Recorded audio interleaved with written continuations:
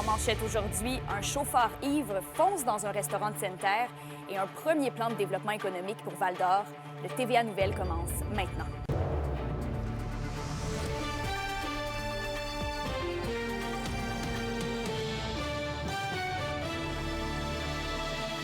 Bon jeudi, merci d'être avec nous pour ce TVA Nouvelles. On commence le bulletin avec un accident qui sort de l'ordinaire. Hier en après-midi, un homme de Sainte-Terre a foncé avec son véhicule dans un bâtiment de restauration sur la 3e rue à Sainte-Terre. Bon, heureusement, personne n'a été blessé dans l'accident. Mais par contre, l'histoire ne s'arrête pas là, puisqu'à la suite du contact avec le bâtiment, l'homme en question est sorti de son véhicule pour se rendre à l'intérieur du commerce et effectuer une commande. Il a ensuite repris la route avant d'être intercepté sur la 6e rue Ouest.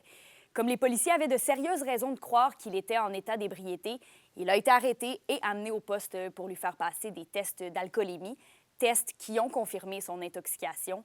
Des accusations de conduite avec les facultés affaiblies et de délit de fuite pourraient être portées contre l'homme. On se dirige maintenant à Val-d'Or. Pour la première fois dans l'histoire de la ville, un plan économique voit le jour.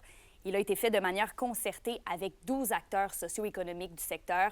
Donc, Alexandre, quelles sont les directions du plan? Val-d'Or au premier plan fixe essentiellement 5 orientations comme pousser l'innovation durable dans le secteur minier et forestier, favoriser la diversification du tissu économique et faire du centre-ville un lieu attrayant et inclusif. Et Kémilia, c'est 49 projets qui sont ciblés comme étant affiliés aux orientations délimitées. On peut écouter la mairesse de Val-d'Or, Céline Brindamour, à ce sujet. Il y a eu, oui, énormément de chantiers qui ont été proposés. On les a retenus. Il y en a plusieurs avec les 5 axes qu'on a dirigés vers les différents partenaires et on va continuer à se rencontrer régulièrement. La Ville de Val-d'Or se devait de prendre le leadership pour faire cheminer cette planification-là. Mais c'est entendu que c'est tout le monde qui y travaille, tout le monde sent une responsabilité. Et est-ce qu'il y a des enjeux spécifiques qui ont été ciblés? Oui, tout à fait, Kémilia. Il y en a 6. On parle par exemple du rehaussement de la capacité d'accueil, la disponibilité et la qualification de la main-d'œuvre ou encore l'amélioration du sentiment d'appartenance et du rayonnement du territoire. Et il faut comprendre que ces 6 éléments qui sont interreliés au développement économique de Val-d'Or. Sur ce, on écoute la présidente de la Chambre de commerce de Val-d'Or, Valérie Gourde, expliquer le processus de la construction du plan. À la Chambre de commerce, on est un peu les instigateurs de la démarche et on a coordonné la démarche avec les différents partenaires socio-économiques. Donc, le travail remonte à il y a 1 an. On a débuté avec une collecte de données socio-économiques, des entrevues individuelles qui se sont faites, des groupes de discussion. Et il y a également eu un grand rendez-vous qui a été organisé en mai l'année dernière où on a réuni plusieurs acteurs socio-économiques, très économiques aussi, mais également des acteurs du secteur de l'éducation et autres pour parler justement des grands chantiers, des stratégies, des orientations, pour arriver aujourd'hui à un résultat, un plan de développement économique. Mais le développement du plan de développement économique, c'est une chose. Maintenant, on est heureux parce qu'à cette étape-ci, on est rendu à la mise en œuvre. En terminant, Kémilia, seulement préciser que tous peuvent accéder au plan économique en visitant le site Web de la Ville de Val-d'Or. Merci beaucoup, Alexandre. Je vous en prie. La question du jour TVA, une présentation de Mobilier Bélan qui vous offre depuis plus de 50 ans un service de qualité et un grand choix de matelas, mobilier, électro au prix compétitif que vous recherchez. À la question du jour, on vous demande, est-ce que votre ville en fait assez pour son développement social et économique? Pour voter et commenter, rendez-vous au tvaabitibi.ca. En transport actif, maintenant, on est toujours avec Alexandre. La Ville de Rouyn-Noranda fait le bilan de sa stratégie d'offre de transport en commun. Est-ce qu'on sait si la gratuité du service a attiré de nouveaux adeptes? Ah oui, Kémilia. Selon la Ville, l'achalandage s'est grandement amélioré depuis que les trajets d'autobus ont été repensés, redessinés et surtout offerts gratuitement. Je rappelle que Rouyn-Noranda préconise un système de gratuité totale. Donc, il n'y a pas de carte, il n'y a pas d'abonnement, il n'y a rien. Un système qu'on a implanté depuis déjà plus d'1 an mais c'est en décembre dernier qu'on a vraiment enclenché la 2e phase de cette grande refonte avec la mise à jour des trajets, des arrêts et l'arrivée des fameux minibus. La desserte des quartiers éloignés a également été bonifiée, mais il reste encore du travail à faire. Certains citoyens sont même allés devant le conseil de la ville récemment pour manifester certains petits changements. Rouyn-Noranda se dit à l'écoute, même qu'elle a lancé une consultation pour les prochains mois. Et sur ça, je vous laisse écouter Kim Urtubise, coordonnatrice à la vie active et aux événements de la ville MRC. La gratuité a un effet positif sur l'achalandage. Clairement, c'est une barrière qui est levée, c'est un frein de moins à l'accessibilité aux services. Déplacer des trajets ou ajouter des trajets, ça va prendre une analyse. Donc, on s'est donné 6 mois pour le vivre. Le comité de transport se réunit quand même régulièrement et ils vont faire des recommandations au conseil municipal. Donc voilà pour Rouyn-Noranda. Et cet après-midi, je vais tenter d'en apprendre un peu plus sur le projet de desserte intermunicipale de l'Abitibi-Ouest, un projet qui prend de plus en plus forme.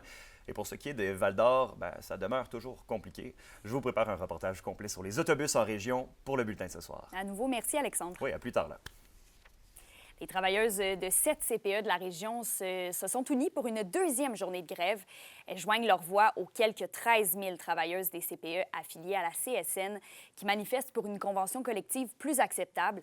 Ici, dans la région, des rassemblements ont eu lieu dans différents quartiers pour se faire entendre auprès de Québec. Pour la CSN, la négociation en cours doit permettre de freiner la pénurie qui touche l'ensemble du personnel. Elle demande entre autres une charge de travail moins lourde, une meilleure rémunération pour assurer l'attraction et la rétention. Ensuite, on retourne du côté de Val-d'Or. La ville lance un appel de projet pour la construction de 40 logements abordables sur le site de l'ancien Rona. La municipalité vend une portion du terrain pour le dit projet pour 150 000 $, soit en dessous de la valeur marchande. La Ville promet aussi de connecter elle-même le futur projet aux services municipaux et d'offrir un congé de taxes foncières à long terme. L'appel de projet est ouvert jusqu'au 10 mars prochain. Vous savez, c'est pour ça qu'on a décidé de prendre une partie de ce terrain-là, un petit peu pour initier, parce que on voit, là, avec le taux d'inoccupation qui est encore problématique, on le voit qu'on doit trouver des façons de partir ça, ces projets-là. Je suis contente de pouvoir dire quand même qu'il y en a un là, qui est en branle. Le monde culturel de la région a perdu un de ses grands artistes avant-hier. Mathieu Dumont est décédé des suites de la maladie. Il était très présent dans le milieu culturel de Rouyn-Noranda, à la fois membre du duo Geneviève et Mathieu depuis la fin des années 90 et aussi en tant que co-directeur de l'Écart à Rouyn-Noranda. Au cours des 25 dernières années, Mathieu Dumont a repoussé les limites de l'art avec ses installations performatives, ses compositions et ses prestations hautes en couleurs. En compagnie de Geneviève Crépeau, l'autre moitié de Geneviève et Mathieu, il a créé 6 albums qui ont marqué le milieu de la musique expérimentale québécoise et qui ont permis à la paire d'offrir de nombreux concerts, tant au Québec qu'en Europe. Bon, bien sûr, on envoie nos pensées à ses proches, à Geneviève et au monde artistique de la région. Les forestiers d'Amos entament la dernière ligne droite de leur saison régulière. Après 1 mois et demi plutôt compliqué, l'équipe espère pouvoir profiter du retour à la maison pour rebondir. Alexis Dumont a rencontré l'équipe ce matin. La victoire de dimanche dernier des Forestiers face aux Gaulois aura fait le plus grand bien. C'est un gros poids, c'est l'épaule qui est tombée pour tout le monde. Puis on était contents, puis c'était une victoire qu'on avait besoin. Ça a fait du bien à toute l'équipe. L'équipe mettait alors fin à une séquence de 11 défaites de suite. C'est sûr que ça a fait du bien pour tout le monde, là. C'est jamais le fun, une séquence de défaites comme on a eu. Beaucoup de matchs qu'on a échappé sur des petits détails.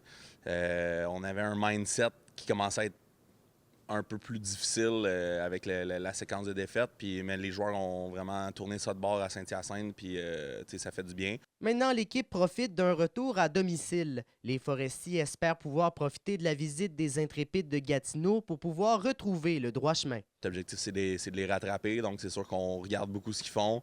C'est une équipe qu'on n'a pas joué depuis longtemps en plus. La dernière fois qu'on les a joués, c'est en octobre, donc on se tient occupé à étudier ce qu'ils font. Après ça, on regarde ce que nous, on fait, ce qu'on veut améliorer, ce qu'on a bien fait dans la dernière fin de semaine, puis on prépare la fin de semaine comme ça. Les joueurs sont bien conscients de ce qu'ils ont à faire. C'est avoir le focus à la bonne place, vraiment jouer dans notre identité comme équipe. Puis après ça, on va se lever léger puis on va regarder le score, mais notre job reste tout le temps la même. Ça va être de réussir à être constant dans nos matchs pendant 60 minutes, parce qu'on a eu plus de misère à faire au cours de la saison pour vraiment avoir une confiance et savoir qu'on va être capable de sortir des gros matchs. Il va falloir vraiment travailler en équipe. Il va falloir donner les bouchées doubles en équipe. Il va falloir faire tous les petits détails tout ensemble. Je pense que ça va être le plus important. Et pour l'entraîneur-chef, il n'y a pas place à l'inquiétude. Je pense vraiment que c'est une question d'avoir le petit déclic, le petit bounce qu'on a de la misère à avoir depuis le retour. C'est ça, c'est de garder le minding à la bonne place, de garder la confiance qu'on fait les bonnes choses. Quand tu fais les bonnes choses, éventuellement, ça va payer. 5 matchs, c'est ce qui reste à cette saison des Forestiers d'Amos, tous ici au complexe sportif des Jardins. Après les Intrépides de Gatineau cette fin de semaine et le Rousseau Royal la semaine prochaine, ils concluront leur saison dans un peu plus de 2 semaines contre le collège Esther Blondin. Alexis Dumont, RNC Nouvelles, à Amos. Et maintenant, dans la LHJMQ, les Huskies de Rouyn-Noranda s'imposent 3-2 contre l'une des puissances du circuit. Hier soir, la Meute était du côté de Drummondville pour y affronter les Voltigeurs. Dans une rencontre aux allures de série, les deux équipes se sont rendues coup pour coup tout au long de la rencontre. Toutefois, Thomas Verdon, assisté de Alex Carr et Benjamin Brunel, sont venus sceller l'issue de la rencontre à 1 minute 36 secondes de la prolongation, avec 3 points, dont 2 buts.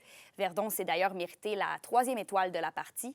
L'honneur de la première étoile revint au gardien des Huskies, Samuel Moloche, qui a bloqué 37 des 39 tirs dirigés contre lui. Les hommes de Steve Hartley sont d'ailleurs de retour en action ce soir à Shawinigan pour y affronter les Cataractes. À la météo, il y a quand même une bonne accumulation de neige prévue avec un 5 cm partout en région, un maximum de moins 9 degrés pour l'Abitibi et de moins 8 pour le Témiscamingue. Et ensuite, pour ce soir et cette nuit, ce sera toujours de la neige, une accumulation entre 2 et 4 cm sur tout le territoire, des températures stables de près de moins 8 tant au nord qu'au sud. Cet après-midi, on prépare une entrevue hommage avec l'une des collaboratrices de l'artiste Mathieu Dumont. On vous la présente ce soir au bulletin de 18h. Passez un excellent jeudi.